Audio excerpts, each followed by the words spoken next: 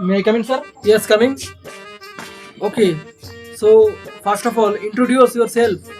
নমস্কার sir, myself টায়ার মুসা ফ্রম গুলগুলিনগর বোকাপুর, এবং আমি ঝুড়িবন্দা কলেজ থেকে পড়াশোনা করেছি। টায়ার মুসা, এটা কেমন নাম? আর এগুলো কি জায়গার নাম? কারণ স্যার আমি ছোটবেলা থেকে টায়ার মুছি, যে ট্রাক গাড়িগুলো আছে না, ডাম্পারের টায়ার মুছে মুছে আমি মানে ওই টাকা পয়সা জমায় আমি ওই টাকা দিয়ে আমি পড়াশোনা করছি। তার জন্য আমার সব জায়গায় এখন নামই হচ্ছে টায়ার মুসা।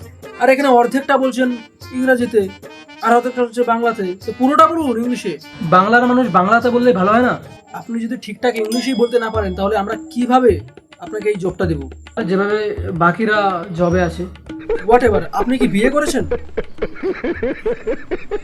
এখন তো মানে এমন অবস্থা যে বিষ খাওয়ার পর্যন্ত টাকা নেই, বিয়ে তো দূরের কথা।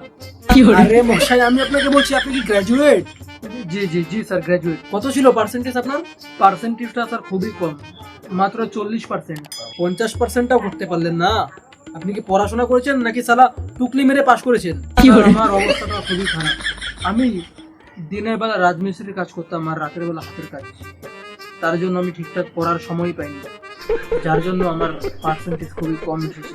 আমরা আপনার অসুবিধার কথা জানতে চাই না, আমরা আপনাকে কেন হায়ার করব সেটা বোঝান।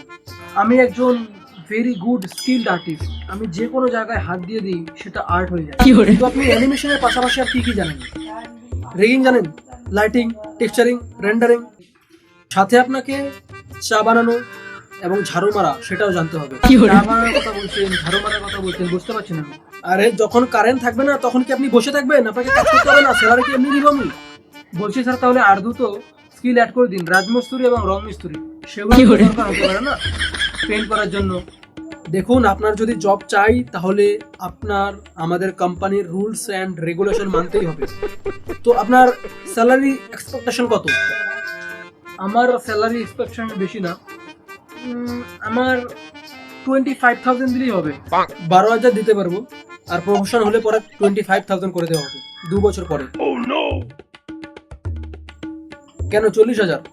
এর থেকে তো স্যার আপনি চেন্নাই গিয়ে ঢালাইয়ের কাজে লেগে পড়তে পারেন, সেখানে 50,000 করে মাসে দিচ্ছে। এখানে কি করছেন 40,000 দিয়ে?